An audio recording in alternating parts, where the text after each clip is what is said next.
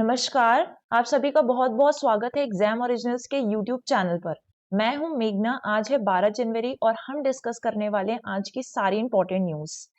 आपके prelims point of view से कौन सी चीज़ें इंपॉर्टेंट है और आपके मेंस के लिए आपको किस तरीके का अप्रोच रखना है।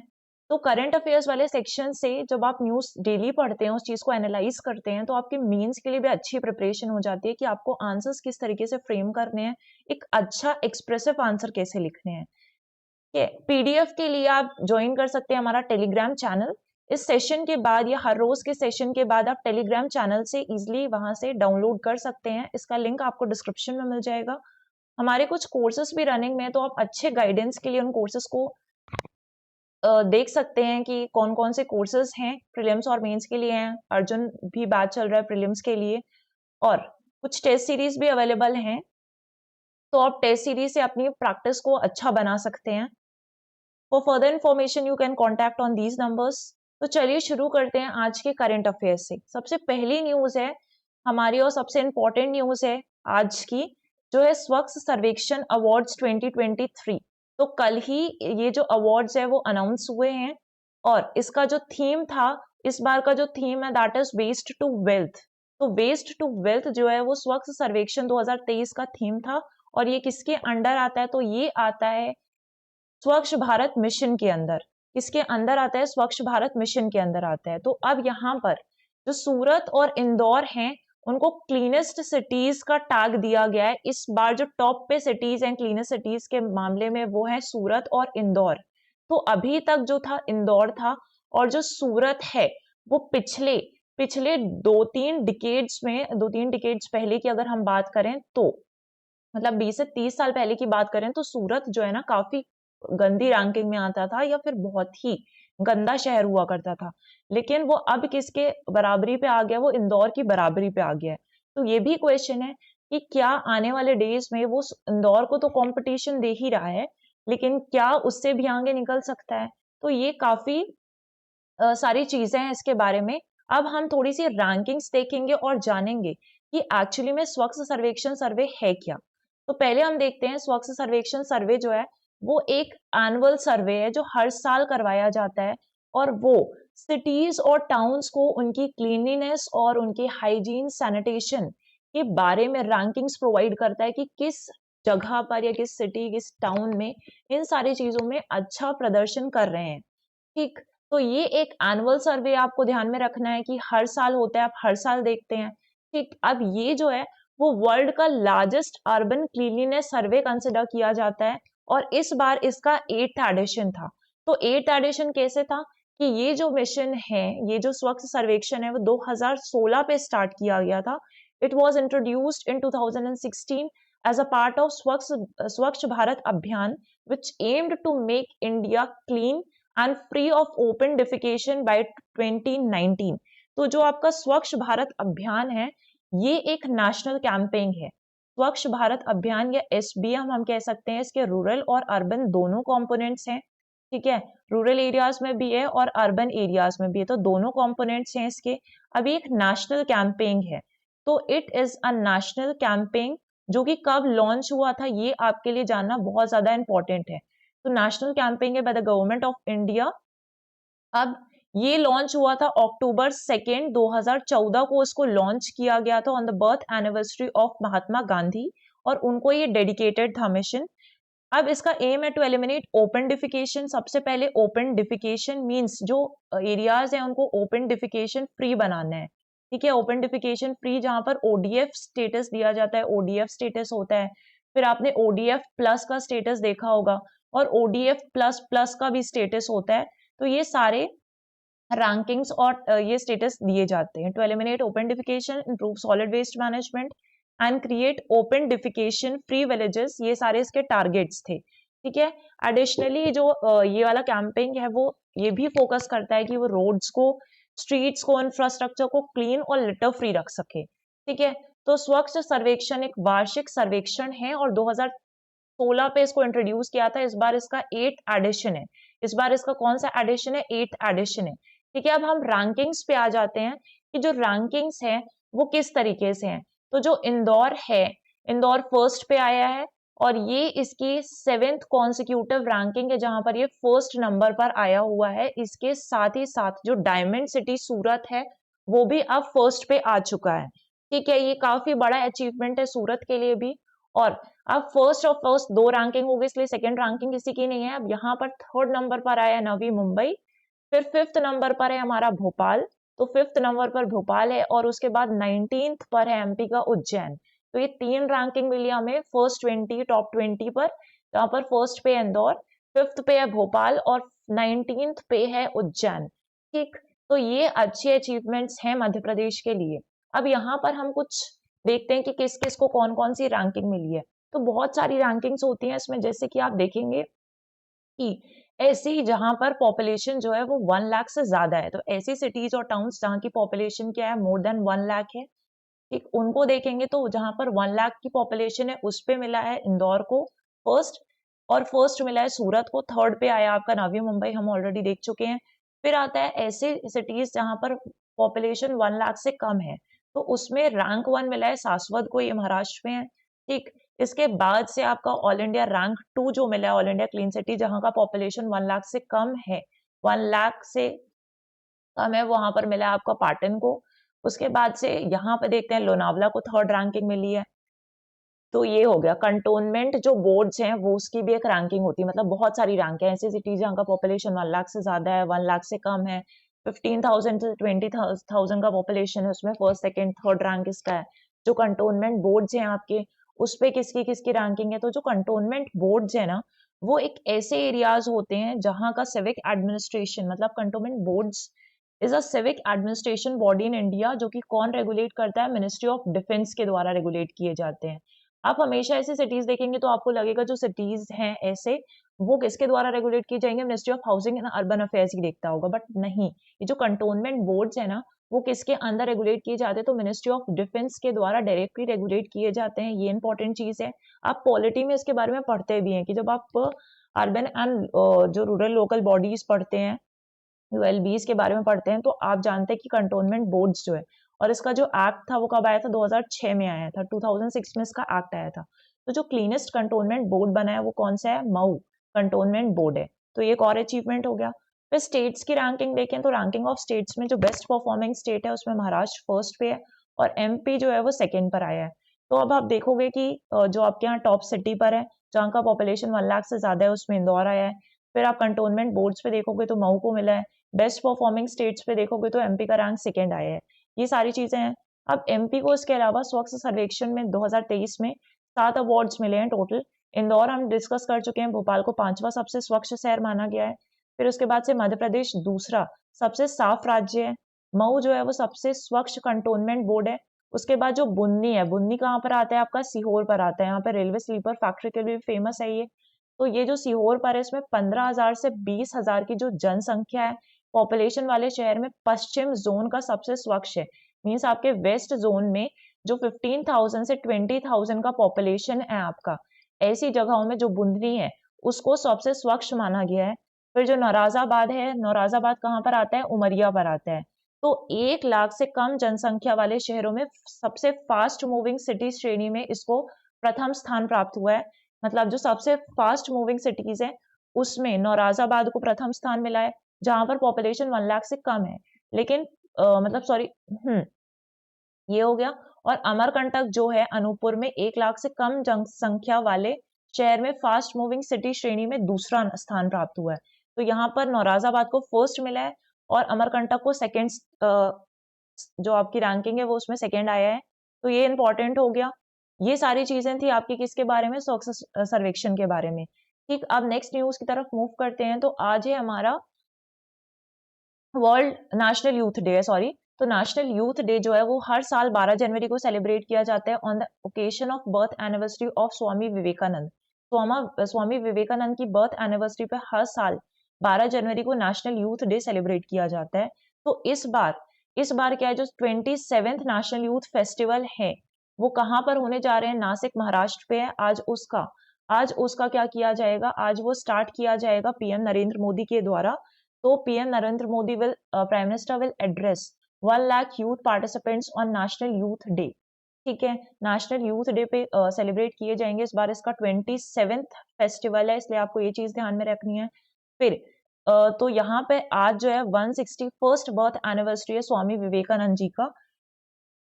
161st बर्थ एनिवर्सरी है स्वामी विवेकानंद जी का। अब आपके प्रीलिम्स के पॉइंट ऑफ व्यू से कौन सी चीजें इंपॉर्टेंट है, प्लस जो आपका मेंस में एथिक्स का पेपर है, एथिक्स के पेपर में जो इंपॉर्टेंट पर्सनालिटीज पूछी जाती हैं उसमें से एक पर्सनालिटी है स्वामी विवेकानंद के बारे में भी पूछा जाता है। और जब हम हिस्ट्री पढ़ते हैं तो हिस्ट्री में जो सोशियो रिलीजियस मूवमेंट्स पढ़ते हैं वहां पर भी स्वामी विवेकानंद के बारे में अच्छे से पढ़ते हैं। तो अभी जो स्वामी विवेकानंद जी का जो ओरिजिनल नाम था वो था नरेंद्र नाथ दत्त, फिर इनको बाद में स्वामी विवेकानंद का नाम दिया गया। ये एक इंडियन हिंदू मॉन्क है, philosopher, author, religious teacher and the chief disciple of Indian mystic Ramakrishna mission जो था उसके भी, इंडियन मिस्टिक जो रामकृष्ण है उनके चीफ डिसिपल भी थे ये। ठीक है। तो ये एक हिंदू भिक्षु, दार्शनिक, लेखक, धार्मिक शिक्षक और भारतीय रहस्यवादी रामकृष्ण के मुख्य शिष्य थे, ये याद रखना है। अब आपको इनका बर्थ तो पता ही होगा कि बॉर्न हुए होंगे 12 जनवरी 1863 पर, कोलकाता पे बॉर्न हुए थे। अब इनके द्वारा जो ऑर्गेनाइजेशंस फाउंड की गई थी या संगठन बनाए गए थे, जिन संगठनों की स्थापना की गई थी उसमें रामकृष्ण मिशन आता है, अद्वैत आश्रम है और रामकृष्ण मिशन विवेकानंद कॉलेज भी है। ये इनके द्वारा स्टैब्लिश की हुई ऑर्गेनाइजेशन है जो इन्होंने फाउंड की थी। ठीक है। तो इसलिए स्वामी विवेकानंद इंपॉर्टेंट है और आज है हमारा नेशनल यूथ डे। इसके बाद आते हैं नेक्स्ट न्यूज पर कि अब जो है अटल सेतु का इनॉग्रेशन होने वाला है आज, है ना। अटल सेतु का इनॉग्रेशन होने वाला है आज। इससे पहले हम अटल टनल के बारे में जानते हैं, लेकिन अटल सेतु जो है वो कहाँ पर बना हुआ है, तो वो बना है मुंबई पर। तो ये बना है मुंबई और नवी मुंबई के बीच पे, जो कि टाइम को रिड्यूस कर देगा, ट्रैवलिंग टाइम को रिड्यूस कर देगा। पहले इन दोनों डिस्टेंसेस को ट्रैवल करने में लगभग 2 घंटे का समय लगता था, तो उस 2 घंटे की आर्डियस जर्नी को अब ये किस में कन्वर्ट कर देगा, सिर्फ 20 मिनट का टाइम लगेगा। ठीक है।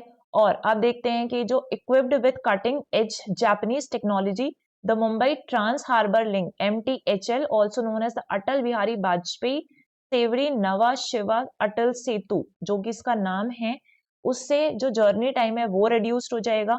अब यहाँ पे पूरा 42 किलोमीटर्स का जो ड्राइव था, 42 किलोमीटर्स का जो ड्राइव था अब कितने में रिड्यूस्ड हो जाएगा, सिर्फ 22 किलोमीटर्स ही आपको ट्रैवल करना पड़ेगा इन दोनों प्लेसेस के बीच पे। ठीक।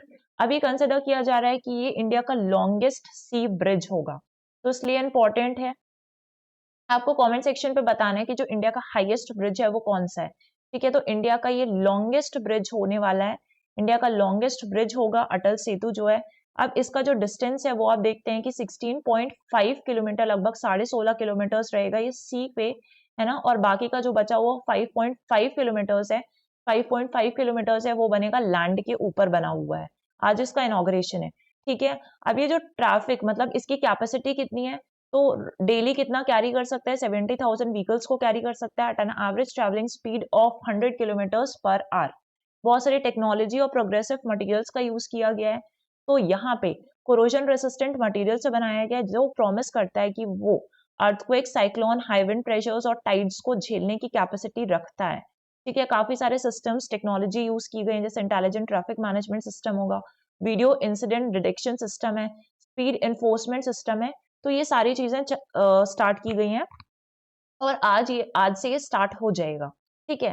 तो ये एक इंपॉर्टेंट न्यूज है कि अब इंडिया का लॉन्गेस्ट ब्रिज कंसिडर किया जा रहा है, so you should know about this. इसके बाद आ जाते हैं हमारे नेक्स्ट न्यूज पर, जो कि है डायरेक्ट टैक्सेस रिलेटेड। तो डायरेक्ट टैक्स का कलेक्शन जो है वो कितना हुआ है, उसने 80% क्रॉस कर दिया, मतलब टोटल 100% में से हमने कितना कलेक्शन कर लिया है इस बार, 80% क्रॉस कर लिया। 2023 जो 23-24 का टारगेट था उसका 80% अचीव कर चुके हैं, मतलब इतना कलेक्शन हो गया है। तो जो नेट कलेक्शन हुए हैं उसमें कितना कलेक्शन हुआ है, 14.7 लाख करोड़ का बाय जनवरी 10 तक, जो कि पिछले 22-23 का जो टारगेट था, 22-23 में जितना भी कलेक्शन हुआ था उससे 19.4 मीन्स 19%, लगभग 19 से 20 मान लेते हैं कि 19% ज्यादा कलेक्शन हुआ है पिछले बार के कंपैरिजन में। और आपको पता होना चाहिए कि जो डायरेक्ट टैक्सेस है, आपको पता होना चाहिए कि जो डायरेक्ट टैक्सेस है वो क्या होते हैं। हमने उस दिन की न्यूज में डायरेक्ट और इनडायरेक्ट टैक्सेस के बारे में पढ़ा था। तो जो डायरेक्ट टैक्सेस होते हैं उसका इंसिडेंस और इम्पैक्ट, दो ही चीजें कंसिडर करते हैं हम इसमें, इंसिडेंस और इम्पैक्ट। अगर आपको कभी भी कंफ्यूजन हो रहा है कि डायरेक्ट है या इनडायरेक्ट टैक्स है, आपको कोई भी नाम दे दिया, सपोज मैं आपको दे देती हूँ कि इनकम टैक्स है, ठीक है, फिर मैंने कॉर्पोरेशन टैक्स लिख दिया, सिक्योरिटीज ट्रांजेक्शन टैक्स लिख दिया, ये है जीएसटी लिख दिया। अब आपको नहीं पता कि वो डायरेक्ट टैक्स में आता है और इनकम या फिर इनडायरेक्ट टैक्स में आता है, तो आप दो चीजें देख सकते हैं, उसका इंसिडेंस चेक करिए और इसका इम्पैक्ट चेक करिए। ठीक है, तो इंसिडेंस जो है ना, किस पर्सन पे उसका इंसिडेंस पड़ रहा है और उससे प्रभावित कौन सा इंसान हो रहा है, ये आपको देखना होता है। उससे इजिली आप क्लासिफाई कर सकते हैं कि ये डायरेक्ट में आता है या इनडायरेक्ट, प्रत्यक्ष और अप्रत्यक्ष कर चेक कर सकते हैं उससे। तो सपोज इनकम है, अब मुझ पर लगाया जा रहा है इनकम टैक्स, ठीक है, तो इंसिडेंस में भी मैं आ रही हूँ, ठीक है, मुझ पे लगाया गया इनकम टैक्स, तो मैं आ रही हूँ उस पर, और उसके बाद इम्पैक्ट भी किस पे पड़ रहा है, मुझ पर ही पड़ रहा है, क्योंकि मेरी जेब से पैसा जाएगा ना। तो इंसिडेंस और इम्पैक्ट जब सेम पर्सन पे पड़ता है तो वो होता है डायरेक्ट टैक्स। एग्जाम्पल्स हैं आपके, इनकम टैक्स हो गया, फिर जो कॉर्पोरेशन टैक्स है जो कॉर्पोरेट कंपनीज पे लगाया जाता है, आपका सिक्योरिटीज ट्रांजेक्शन टैक्स एसटीटी जिसे कहते हैं, वो भी आपका डायरेक्ट टैक्सेस में आता है। जो सिक्योरिटीज है ना, स्टॉक मार्केट से रिलेटेड जो सिक्योरिटीज वगैरह होती हैं उस पे लगाया जाएगा, गवर्नमेंट की सिक्योरिटीज भी होती हैं, तो इस पे लगाया जाता है। आपका कैपिटल गेन्स टैक्स जो प्रॉपर्टीज पे लगाया जाता है, कैपिटल पे लगाया जा रहा है, तो ये सारी चीजें डायरेक्ट टैक्सेस में आती हैं। ठीक, तो ये है। अब ये किसने जो रिपोर्ट निकाली है वो किसने निकाली है, तो central board of direct taxes के द्वारा ये डेटा सामने आया कि इतना टैक्स कलेक्शन हुआ है। तो हम देखते हैं कि एक्चुअली में जो central board of direct taxes है वो क्या है। ठीक है, it is a statutory authority that functions under the central board of revenue act 1963। ये एक स्टैट्यूटरी बॉडी है, मींस ये एक एक्ट के थ्रू बनाया गया है। ठीक है, एक एक्ट के थ्रू बनाया गया, और वो जो एक्ट है वो है central board of revenue act. It is a part of department of revenue in the ministry of finance. कौन सी मिनिस्ट्री के अंदर आता है, तो मिनिस्ट्री ऑफ फाइनेंस के अंदर आता है। और उसमें बहुत सारे डिपार्टमेंट है। जब आप मिनिस्ट्री ऑफ फाइनेंस पढ़ते हैं ना, तो बहुत सारे डिपार्टमेंट, जैसे department of economic affairs, department of finance, department of revenue, ये सारे डिपार्टमेंट आते हैं। तो जो सीबीडीटी है, that lies under the department of revenue. अब इसका काम क्या है कि इनपुट्स देता है policy and planning of direct taxes in India, and also responsible for the administration of direct tax laws through income tax department. और यहाँ पे कुछ डायरेक्ट टैक्सेस के एग्जाम्पल्स दिए हैं। ये भारत में प्रत्यक्ष करों की नीति और योजना के लिए इनपुट प्रदान करता है। ये चीज आपको ध्यान में रखनी है। ठीक, और आपको एग्जाम्पल्स पता होने चाहिए कि इनडायरेक्ट टैक्सेस और डायरेक्ट टैक्सेस कौन कौन से हैं। फिर आते हैं नेक्स्ट न्यूज पर, जहां पर सुप्रीम कोर्ट ने क्वेश्चन किया है सेंटर से on GM mustard, genetically modified mustard पे क्वेश्चन किया है। तो एक्चुअली में जो आपका अप्रूवल है वो किसके द्वारा दिया जाता है, जब भी कोई ऐसा जेनेटिकली मॉडिफाइड क्रॉप या प्लांट इंट्रोड्यूस किया जाता है, तो कहाँ से क्लियरेंस लेना पड़ता है, environmental clearance. Genetic engineering appraisal committees को अप्रूवल देती है, और उसके बाद उसने अप्रूवल दे दिया था, बट सुप्रीम कोर्ट ने एक नई कमेटी बनाई जिसका नाम था टेक्निकल एक्सपर्ट्स कमेटी। वो बनाई biosafety of transgenic mustard hybrid DMH11 पर। उससे पहले कि उसको एनवायरमेंटल रिलीज मिले, एनवायरमेंट पे वो आए, इससे पहले एक और सुप्रीम कोर्ट ने कमेटी बनाई, जो इस कमेटी की चीजों को, मतलब उसको वापस से रिव्यू करने के लिए बनाया था कि क्या इसमें कुछ गड़बड़ तो नहीं है, या फिर कौन से मॉडिफिकेशंस करने चाहिए before releasing it in the environment. तो ये सारी चीजें देखी गई। अब हम जानते हैं कि जो जेनेटिकली मॉडिफाइड क्रॉप्स होते हैं ना, एक्चुअली में वो क्या होते हैं, तो जो जीएम क्रॉप्स हैं डेराइव्ड फ्रॉम प्लांट्स जिनके जीन्स आर्टिफिशियली मॉडिफाई किए जाते हैं, अलग से बाहर से इन पे कुछ चीज मॉडिफिकेशंस किए जा रहे हैं। अब ये हो सकता है by inserting genetic materials from another organism in order to give it new properties, ताकि उसको न्यू प्रॉपर्टीज दी जाए, उससे क्या हो सके, उसकी उपज में वृद्धि हो सके, हर्बिसाइड के प्रति सहज मीन्स टॉलरेंस आ सके, बीमारी या सूखे के लिए प्रतिरोधी क्षमताएं बढ़ सके उस क्रॉप का, या फिर बेहतर पोषण मूल्य, न्यूट्रिशन जो वैल्यू होती है उस क्रॉप की, वो इंप्रूव करने के लिए होता है। और इसमें अप्रूवल दिया जाता है जेनेटिक इंजीनियरिंग अप्रेजल कमेटी के द्वारा। ठीक है, ये जो कमेटी आती है ना, वो आती है मिनिस्ट्री ऑफ एनवायरमेंट के अंदर, जो आपका मिनिस्ट्री ऑफ एनवायरमेंट है उसके अंदर आता है। ठीक है, तो ये आपको ध्यान में रखना है, क्योंकि हमेशा में कंफ्यूजन हो जाता है। इंजीनियरिंग सुनेंगे तो आपको लगेगा ये ministry of science and tech के अंदर आता है। ठीक, लेकिन नहीं, आपको ध्यान में रखना है कि ये मिनिस्ट्री ऑफ एनवायरमेंट के अंदर आता है। ये हो गई चीज। अब जो जीएम मस्टर्ड है ना, जीएम मस्टर्ड है, उसके बारे में थोड़ा सा जान लेते हैं कि इसके लिए जो वेराइटी चूज की गई है, दैट इज जो DMH, इसका नाम क्या है, DMH11 है, मतलब धारा मस्टर्ड हाइब्रिड। डी फॉर धारा मस्टर्ड हाइब्रिड 11 है, जो कि जो कि एक ट्रांसजेनिक क्रॉप है और फॉरेन जीन्स को यूज करता है ये। ठीक है, इसका ये है कि ये 20% हायर यील्ड देगा जो आपका ट्रेडिशनल मस्टर्ड है उससे।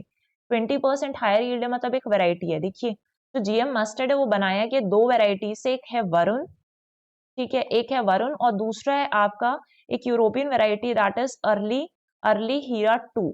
अर्ली हीरा टू करके एक वैरायटी है। इन दोनों से जो जीन्स है वो लेकर बनाया गया है और इसलिए इसका जो ईल्ड है वो 20% हायर रहेगा, इस वरुण वाली वैरायटी से ज्यादा रहेगा।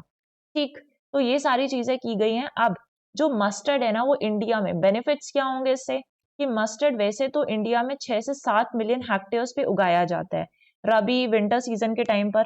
लेकिन इसके बाद भी इंडिया को जो है ना अपना डिमांड्स का 55 to 60% इम्पोर्ट करना पड़ता है। डोमेस्टिक ऑयल का जो रिक्वायरमेंट है वो बाहर से इतना परसेंट मंगाना पड़ता है। तो अगर हम ये खुद ही वैरायटी डेवलप करते हैं तो उससे बेनिफिट होगा, ईल्ड बढ़ जाएगी, इंडिया का जो इम्पोर्ट करने में बिल जो बन जाता है वो भी कम हो जाएगा, प्लस इंडिया में ऑयल सीड का प्रोडक्शन भी इंक्रीज होगा।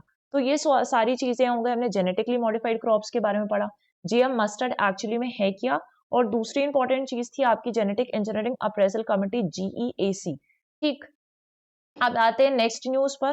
तो नेक्स्ट न्यूज है हमारा जो क्राइम्स है दिल्ली रेलवे स्टेशन में वो राइज हो गए हैं 105%, 105% बढ़ चुके हैं पिछले 2 सालों में। ऐसा दिखाया एक आरटीआई राइट टू इन्फॉर्मेशन का जो रिप्लाई होता है उसमें दिखाया गया। ठीक, तो अब ऑब्वियसली दिल्ली में इतने क्राइम्स हैं वो तो बढ़ ही रहे हैं दिन पर दिन। ठीक, तो इसमें हम देखते हैं कि जो राइट टू इन्फॉर्मेशन एक्ट है एक्चुअली में आरटीआई एक्ट वो कब आया था, 2005 में आया था। ये अलाउ करते हैं सिटीजन्स को वो कोई भी पब्लिक या गवर्नमेंट बॉडी से किसी भी टाइम पर इंफॉर्मेशन सीख कर सकते हैं। मतलब आप कुछ भी इंफॉर्मेशन ले सकते हैं किसी भी पब्लिक और गवर्नमेंट बॉडी से जो आपको चाहिए। इससे क्या होता है कि ट्रांसपेरेंसी बढ़ती है सारी पब्लिक बॉडीज पे और अकाउंटेबिलिटी भी रहती है। ठीक है, ये सारी पब्लिक बॉडीज फिर अकाउंटेबल रहेंगी जब आप इनसे इंफॉर्मेशन मांगेंगे कि वो किस तरीके से काम कर रहे हैं और क्यों उन्होंने ये काम किया, तो ऐसे में अकाउंटेबिलिटी बढ़ती है। ठीक है, इसके अलावा जो आरटीआई एक्ट है वो 2005 में आया था, राइट टू इन्फॉर्मेशन एक्ट। ठीक, ये सारी चीजें आपको ध्यान में रखनी है कि एक्ट कब आया था। फिर आ जाते हैं, मूव करते हैं नेक्स्ट न्यूज पर। तो आपका बहुत इंपॉर्टेंट चीज जो कि है Ken Betwa linking river interlinking project. तो इसमें एक डैम भी बनने वाला है, दौधन करके एक डैम है जो बन सकता है। तो फरवरी में इसका आधारशिला रख सकते हैं पीएम मोदी, ऐसा बोला गया है ना। अब इसके साथ साथ ही जो केन बेतवा नदी जोड़ो परियोजना है उसमें मध्य प्रदेश की पतने सिंचाई योजना को भी शामिल किया जा सकता है, ऐसा बोला गया है ना। और ये जो पतने नदी है वो पन्ना जिला के पवई इलाके में एक पतने नदी है, तो उस पर प्रस्तावित परियोजना है जो इसका पार्ट होगा। किसका पार्ट होगा, आपका Ken Betwa river interlinking project का ही पार्ट होगा, ऐसा कहा गया है। ठीक, अब यहाँ पे इतने हजार करोड़ की परियोजना है ये, और इसमें अगर केन बेतवा में शामिल करते हैं तो 1 लाख से ज्यादा हेक्टेयर सिंचाई क्षेत्र बढ़ जाएगा, इसमें ये बोला गया है। और जो पन्ना टाइगर रिजर्व क्षेत्र में प्रस्तावित टनल बनाने की जरूरत पड़ रही थी वो टनल इससे नहीं बनाना पड़ेगा, ऐसी चीज भी बोली गई है। ठीक, तो हम देखते हैं कि जो Ken Betwa river interlinking project है वो कहाँ पर चल रहा है, आपके बुंदेलखंड वाले रीजन में। जो आपकी बेतवा रिवर है और आपकी केन रिवर है, तो केन रिवर कहाँ से राइज होती है, आपकी कटनी से, और बेतवा रिवर राइज होती है रायसेन से। ठीक, तो यहाँ पे नाम है केन बेतवा मीन्स जो केन से एक्स्ट्रा वाटर है वो कहाँ पे ट्रांसफर करना है, केन का पानी कहाँ भेजना है, बेतवा पे भेजना है। मतलब मैप में आप ऑब्वियसली आपको लगेगा कि बेतवा से केन पे आ रहा है, नहीं, केन से कहाँ जा रहा है, बेतवा पे जा रहा है। ये चीज आपको ध्यान रखनी है। To transfer surplus water from the Ken river in Madhya Pradesh to Betwa in Uttar Pradesh. ठीक, ताकि ड्रॉथ प्रोन एरियाज जो है बुंदेलखंड रीजन के उनको सूखे से जो सूखे से अफेक्टेड रीजन्स हैं उनको यहाँ पर इरिगेट किया जा सके, वहां पर सिंचाई प्रदान की जा सके। और उसमें बात की जा रही है एक दौधन डैम बनाने की, जो कि कहाँ पर बनाया जाएगा, पन्ना टाइगर रिजर्व में बनाया जाएगा। ठीक है, अब आपको ध्यान में रखना है कि इससे रिलेटेड एक और योजना है, अटल भूजल योजना है। जो अटल भूजल योजना है ना वो 2020 में आई थी, वो भी आपके बुंदेलखंड एरिया के लिए इंपॉर्टेंट है जहां पर पानी की बहुत ज्यादा जरूरत होती है। तो ये 2020 में आई थी, ये आपको ध्यान रखना है। अब ये पूरे ऑल ओवर इंडिया इसका इम्प्लीमेंटेशन ही है, बस ये 7 स्टेट्स में इम्प्लीमेंटेड है। तो वो जो 7 स्टेट्स है कहाँ कहाँ पर है, पहला आपका हो गया हरियाणा, फिर सेकंड आ जाता है आपका गुजरात, और दूसरा उसके बाद ही है राजस्थान। हरियाणा, गुजरात, राजस्थान, फिर आ जाता है आपका महाराष्ट्र, महाराष्ट्र के बाद से आएगा आपका कर्नाटका, कर्नाटका के बाद से आ जाता है आपका कर्नाटका, और इस साइड पर हो गया यूपी और एमपी। तो ये हो गया आपके टोटल 7 स्टेट्स। तो आपको याद रखने की जो अटल भूजल योजना है वो आई थी 2020 में, और इसका इम्प्लीमेंटेशन पूरे इंडिया में नहीं है बल्कि सिर्फ 7 स्टेट्स पर है, और वो 7 स्टेट्स आपको ध्यान में रखने हैं कि वो कौन कौन सा स्टेट्स हैं। ठीक है, नेक्स्ट न्यूज है आपकी MP boxing academy. MP boxing academy के खिलाड़ियों ने प्रदेश को दिलाए हैं 3 गोल्ड मेडल्स। तो अभी बीच गेम्स अनाउंस हुए थे, बीच गेम्स 2023 जो है वो खत्म हुए हैं, और ये हुए थे दीव, तो दमन एंड दीव है, दीव में ऑर्गेनाइज किए थे। तो उसमें मध्य प्रदेश की बॉक्सिंग एकेडमी के खिलाड़ियों ने दीव में आयोजित बीच गेम्स 2024 में शानदार प्रदर्शन करते हुए 3 गोल्ड और 6 मेडल, ऐसे टोटल 6 मेडल्स जीते हैं जिसमें से 3 गोल्ड थे। ठीक है, यहाँ पर अलग अलग नाम है, जैसे लोकेश पाल ने जीता है, भूमि सिंह ने कौन सी कैटेगरी में जीता है, ठीक है, भव्या है। तो ये सारे नाम आपके लिए बहुत ज्यादा भी इंपॉर्टेंट नहीं है, एक बार आप इसको रीड कर लीजिए बस। लेकिन क्या इंपॉर्टेंट है यहाँ पर, स्पोर्ट्स इंस्टीट्यूट्स। स्पोर्ट्स इंस्टीट्यूट में आपका है मध्य प्रदेश बॉक्सिंग एकेडमी, जो कि कहाँ पर है, भोपाल पे सिचुएटेड है, और इसका स्टैब्लिशमेंट कब किया गया था, 2007 में। तो मध्य प्रदेश की जो बॉक्सिंग एकेडमी है वो कहाँ पर है, भोपाल में, और ये कब स्टैब्लिश की गई थी, 2007 में स्टैब्लिश की गई थी। ठीक, ये आज का था हमारा लास्ट न्यूज, और ये आपके स्पोर्ट्स पॉइंट ऑफ व्यू से इंपॉर्टेंट है कि एकेडमी और स्पोर्ट्स इंस्टीट्यूट पूछता है कि वो कहाँ पर सिचुएटेड है। ठीक, सारी चीजें हमने डिस्कस कर लिया, स्वच्छ सर्वेक्षण डिस्कस किया, फिर जो भी आपकी इंपॉर्टेंट चीजें थी उसके बाद वो भी हमने चीजें देखी। ठीक, तो ये सारा आपका इंपॉर्टेंट न्यूज हो गया है। अब आपको इसका पीडीएफ मिल जाएगा अभी टेलीग्राम चैनल से सेशन के बाद। अभी सेशन के बाद ही जस्ट मैं वहां पर आपको अपडेट दे दूंगी कि वहां से आप टेलीग्राम से डाउनलोड कर सकते हैं। So thank you guys for today.